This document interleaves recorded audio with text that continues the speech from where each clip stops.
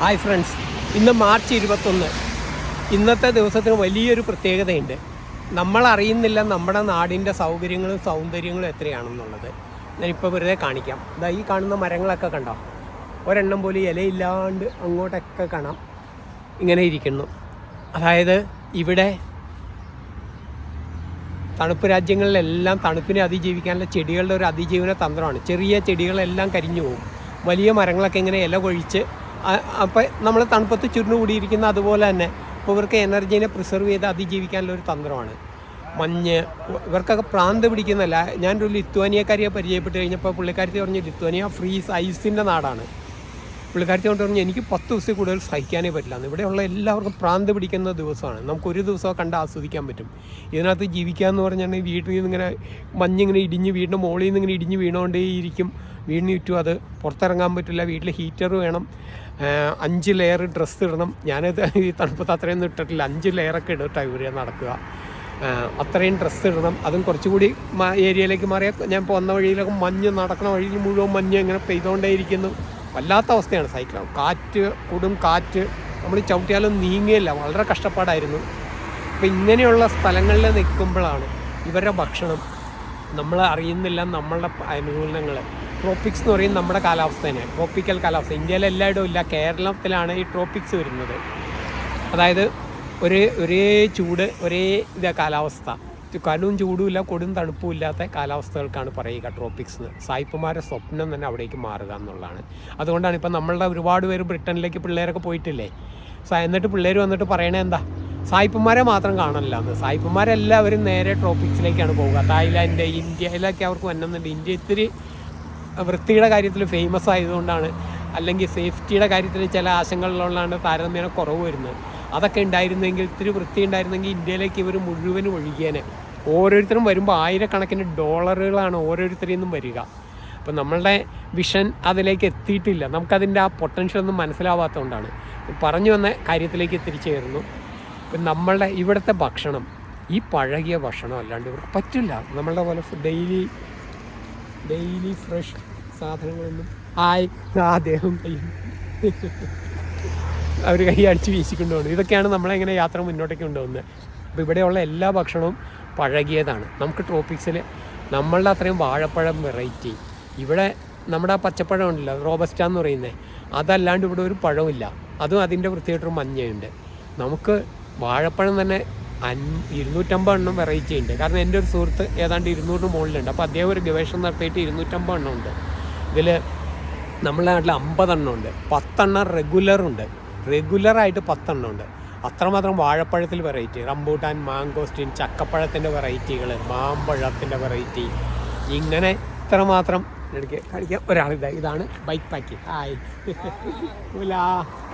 കാണാമോ എന്നറിയില്ല. അദ്ദേഹം bike packing എന്ന് പറയും അതിനെ. ബൈക്ക് ടൂറിങ് എൻ്റെ സ്റ്റൈൽ ബൈക്ക് ടൂറിങ്ങും ബൈക്ക് പാക്കിങ് വേറെ.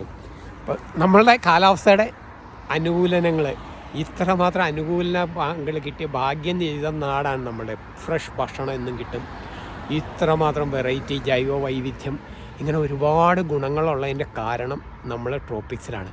ആ ട്രോപ്പിക്സിലുള്ളതിൻ്റെ അറിയണമെങ്കിൽ ഇന്ന് മാർച്ച് 21 ഇവിടെ ഇക്വിനോക്സ് എന്ന് പറയും. അതായത് ഇന്നാണ് സ്പ്രിങ്ങിലേക്ക് കയറുന്നത്, ഇവിടെ വസന്തം തുടങ്ങുന്നത്.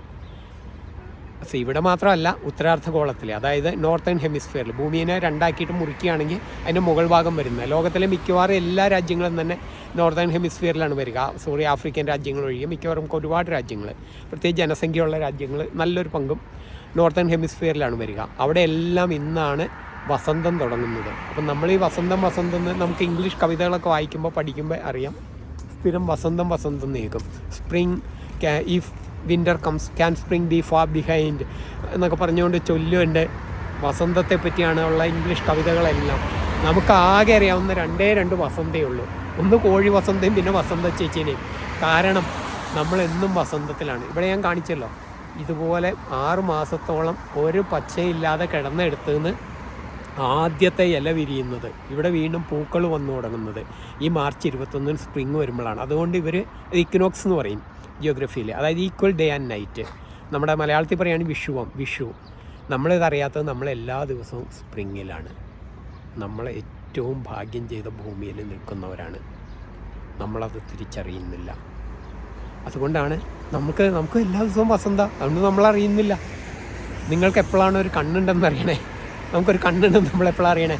നമ്മുടെ കണ്ണിലൊരു മണൽ പോകുമ്പോൾ, അല്ലെങ്കിൽ കണ്ണിലൊരു പൊടി പോകുമ്പോൾ, എന്തെങ്കിലും കണ്ണിലൊരു അസ്വസ്ഥത ഉണ്ടാകുമ്പോഴാണ് നമ്മൾ കണ്ണുണ്ട് അറിയുന്നത്. അതുവരെ നമ്മളെ കണ്ണ് കൃത്യമായിട്ട് വർക്ക് ചെയ്തുകൊണ്ടിരിക്കും, നമ്മൾ അറിയുക പോലുമില്ല കണ്ണുണ്ടെന്ന്. അതുപോലെയാണ് നമ്മൾക്ക് ഈ ഭാഗ്യമുണ്ടെന്ന് നമ്മൾ അറിയാത്തത്.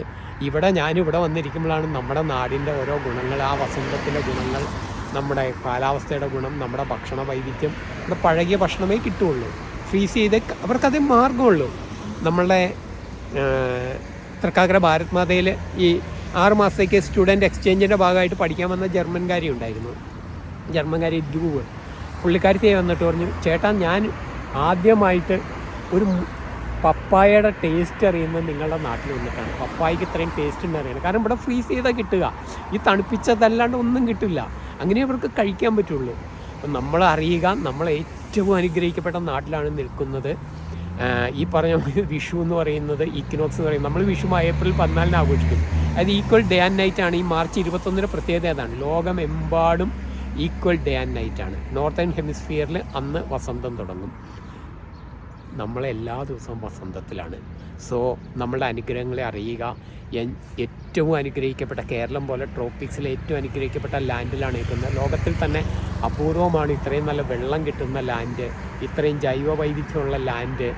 അപ്പോൾ നമ്മളുടെ അനുഗ്രഹങ്ങളെ അറിയുക, സന്തോഷിക്കുക. അതൊക്കെ എനിക്ക് സത്യമായിട്ട്, അതുകൊണ്ടാണ് ഞാൻ ഇത്ര മാസങ്ങളായി എനിക്ക് ഇത്രയും വീസയുണ്ട്, എവിടെ വേണമെങ്കിലും ജോലി കിട്ടും, എന്തും ചെയ്യാൻ അവസരം ഉണ്ടായിരുന്നിട്ടും എനിക്കിവിടെ നിൽക്കാൻ തോന്നാത്തത് ഒറ്റ കാരണമാണ്.